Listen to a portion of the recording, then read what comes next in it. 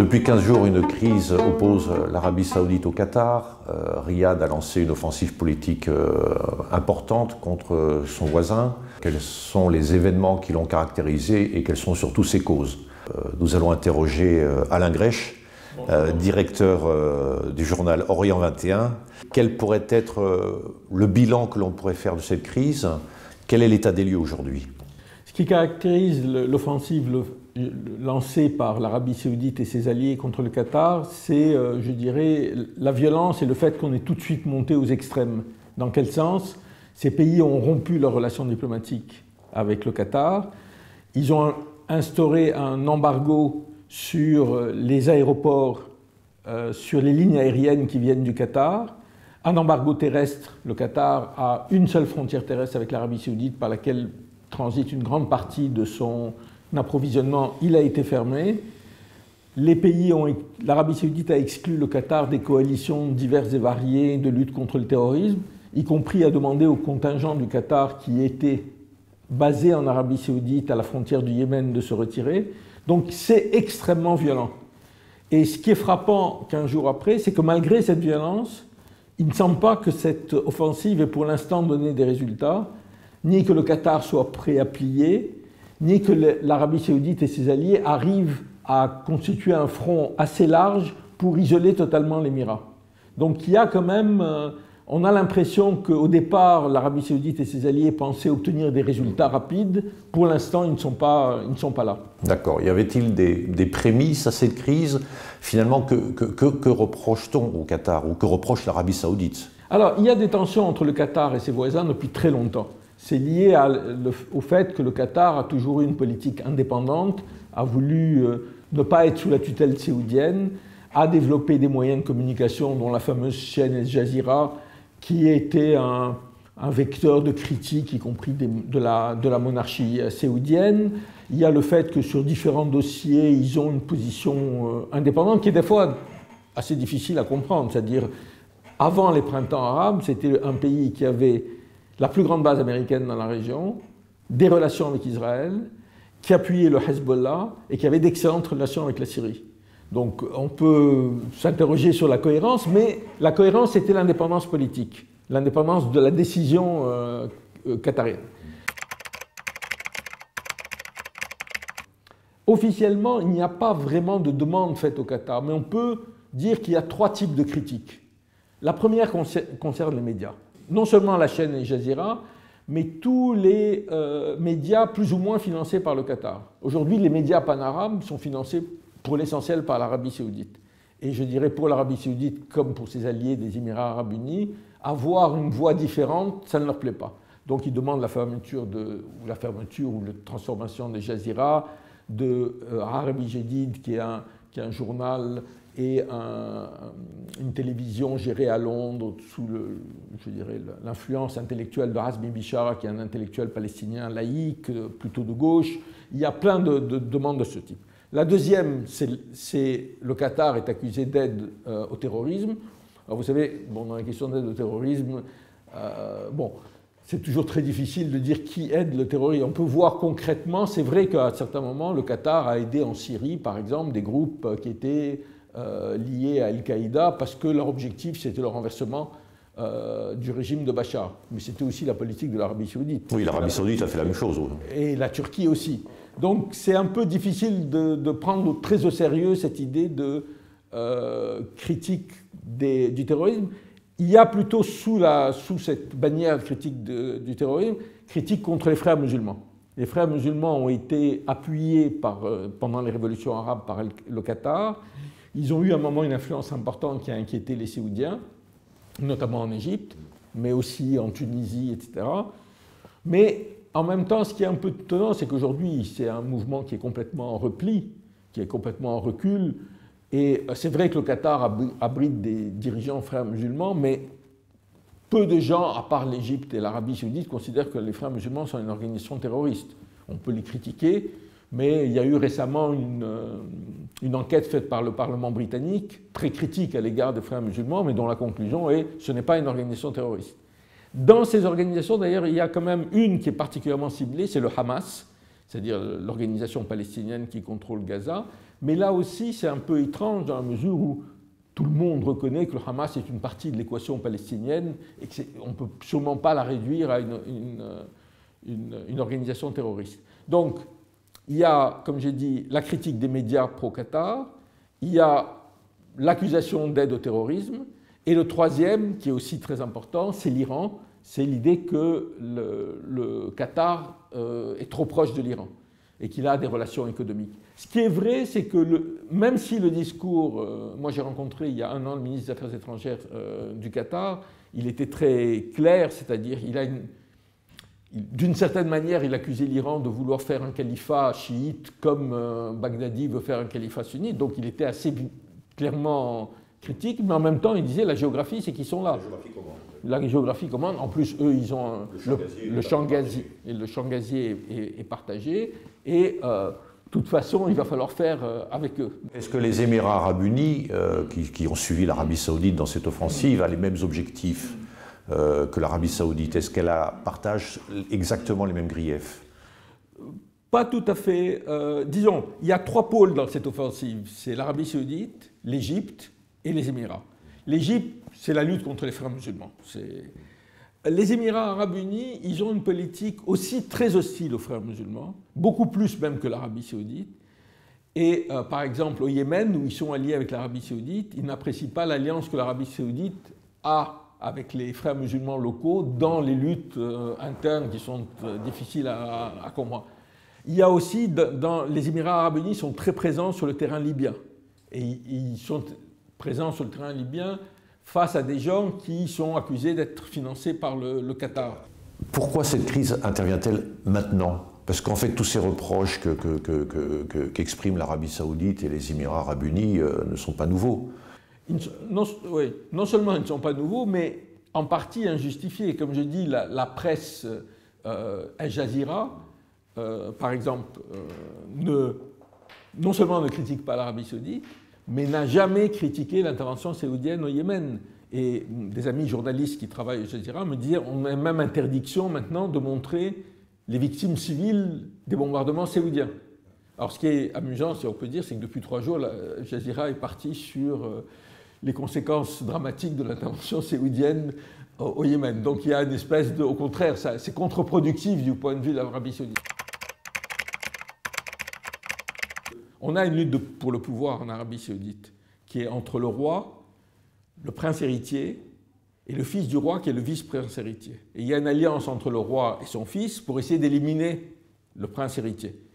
Et le fils du roi, qui a été à l'initiative de la guerre contre le Yémen, Mohammed bin Salman. Mohammed bin Salman, il est très agressif, il a une politique agressive pour essayer de s'affirmer. C'est lui qui a été l'architecte de la guerre au Yémen, mais elle a échoué. Et là, on a l'impression qu'il est à la manœuvre pour essayer d'avoir un rôle plus important à l'intérieur de l'Arabie saoudite. Et il le fait ça en alliance avec le prince héritier des Émirats, Mohammed bin Zayed, qui est aussi très anti-frères musulmans par rapport aux politiques traditionnelles de ces pays, qui étaient quand même des politiques assez prudentes, même s'ils intervenaient, il n'y avait pas, je veux dire, on faisait attention aux équilibres, etc. Là, on a l'impression qu'ils sont prêts à tout pour bouleverser les rapports de force.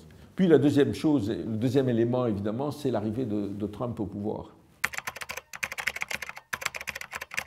Cette offensive saoudienne, en fait, c'est les Saoudiens qui l'ont lancée, même s'ils ont été suivis par les Émiriens, les Égyptiens et d'autres.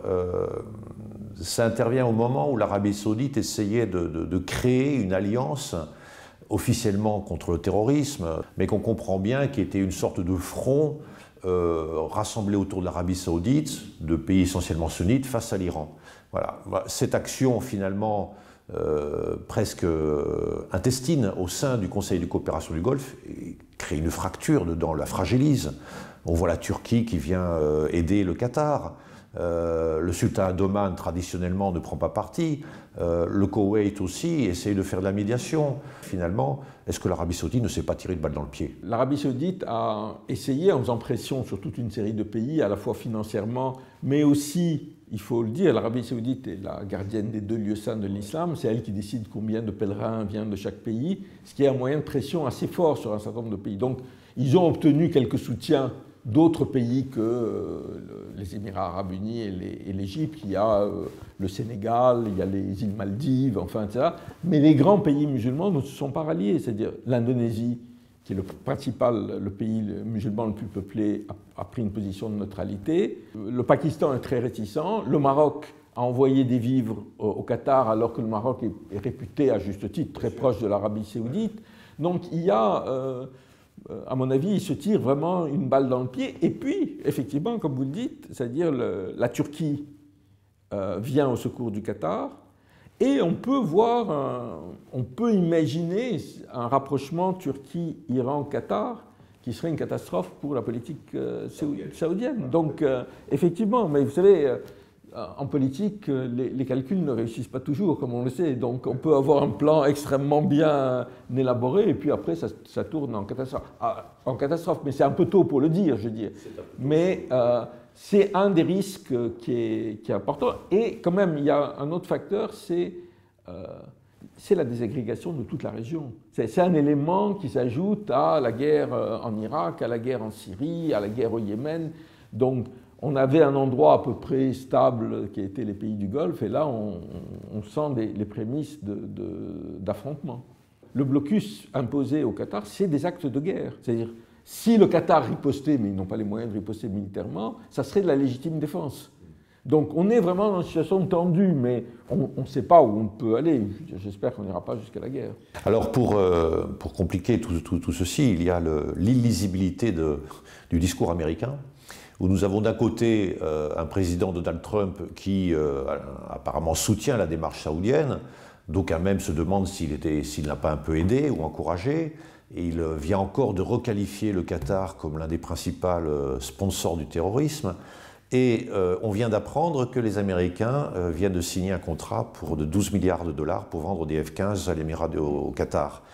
Juste un mot sur la base américaine. En fait, les Américains ont deux bases au Qatar. Ils ont une base de matériel prépositionné, de quoi, je crois, armer plusieurs dizaines de milliers de soldats américains en cas de crise. Et ils ont la base de Obeid, qui est la base avancée du CENTCOM, qui notamment coordonne toutes les activités contre le terrorisme en Afghanistan et en Irak. Donc c'est quand même curieux qu'au même moment, ils disent que le Qatar est un sponsor du terrorisme. Une des choses qui est difficile dans l'administration Trump, c'est pas seulement que Trump lui-même apparaît comme illisible, c'est que on sait, aucune politique d'aucun pays n'est homogène dans le sens sans contradiction. Mais normalement, au bout de 6 mois, on a des administrations, c'est-à-dire Pentagone, CIA, département d'État, Maison-Blanche, qui fonctionnent, avec des arbitrages qui sont faits. Là, on a l'impression qu'il n'y a pas d'arbitrage. Et de temps en temps, donc, on a le secrétaire d'État qui dit quelque chose, le Pentagone qui dit autre chose, et puis Trump qui tweet sans savoir. Mais là aussi où c'est important de rappeler, puisqu'on a dit pourquoi la crise maintenant, je pense que pour le vice-prince héritier en Arabie saoudite, Mohammed Ben Salman, il y a l'impression qu'après Obama, dont on est content de s'être débarrassé, avec Trump, on va pouvoir faire affaire et on peut traiter directement avec lui.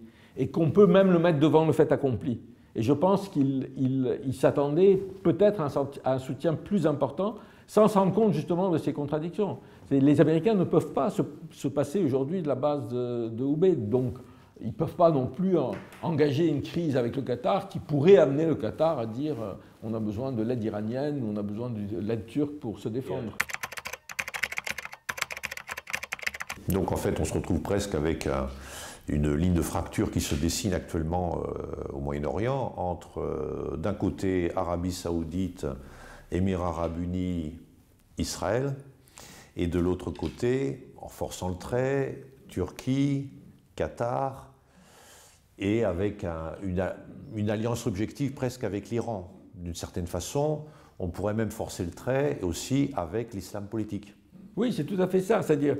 En fait, on a dit tout à l'heure, les Saoudiens se tirent une balle dans le pied, et ils tirent une balle dans le pied de la stratégie américaine. Parce que s'il y a une chose de claire dans la stratégie de Trump, et le résultat de sa visite dans la région, c'est de dire qu'il faut une alliance des pays arabes modérés avec Israël contre l'Iran.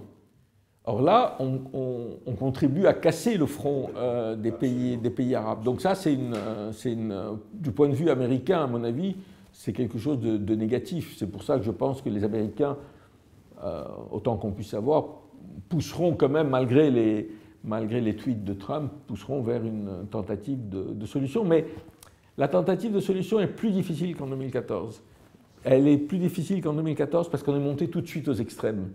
C'est-à-dire, vous êtes dans un de blocus, de rupture des relations diplomatiques. Et puis parce que, en 2014, l'Arabie saoudite, c'était le roi Abdallah. L'émir du Qatar venait de prendre le pouvoir, son père avait démissionné. Il y a eu une espèce d'arrangement, personne n'a perdu la face, etc. Ici, ça va être difficile d'avoir quelque chose où personne ne perd la face. La monarchie saoudienne est dans une période de transition en termes de qui va succéder au roi. Que c'est aussi un pays sans vraie administration. C'est la différence avec l'Iran. L'Iran, on peut les critiquer, mais en gros, ils ont une administration, une descente de pouvoir. Là-bas, ça dépend de quelques personnes. Et ce qui peut rendre parfois. Et le fait qu'on a une nouvelle génération qui arrive au pouvoir, et contrairement à ce qu'on pense souvent en pensant que les jeunes, finalement, ils vont être plus ouverts, ils sont plus occidentalisés, etc. Mais en même temps, c'est des gens qui ne connaissent pas vraiment les situations. Par exemple, sur le Yémen, l'ancienne génération saoudienne, ils connaissaient tout le monde au Yémen, les différentes tribus, ils savaient comment négocier, etc. J'ai l'impression qu'aujourd'hui, cette compétence a disparu. Donc ça rend les initiatives saoudiennes parfois totalement irréfléchies, avec des conséquences. On le voit au Yémen. Au-delà de ce qu'on pense de l'intervention de la situation au Yémen, c'est quand même l'Arabie saoudite est en train de détruire le pays le plus pauvre de la planète, et avec des conséquences humaines terribles. L'Arabie saoudite est intervenue au Yémen pour, soi-disant, rétablir un gouvernement légitime, et les combats sont tellement durs, et n'envoie pas des troupes au sol, mais les combats sont tellement durs, et les Houthis, qui sont les rebelles, sont tellement efficaces, parce qu'ils se battent depuis des dizaines d'années, alors que l'armée saoudienne ne sait pas se battre, que l'Arabie saoudite a été obligée d'évacuer toute la zone de la frontière sur 8 à 10 kilomètres, y compris en évacuant les gens. Donc, après, tous ces conflits, ils ne sont pas localisés parce que les gens sont liés. C'est une partie des Yéménites, enfin, une partie des Saoudiens sont d'origine yéménite, il y a des millions de Yéménites en Arabie saoudite. Donc tout ça, si vous voulez, la guerre ajoute à la guerre.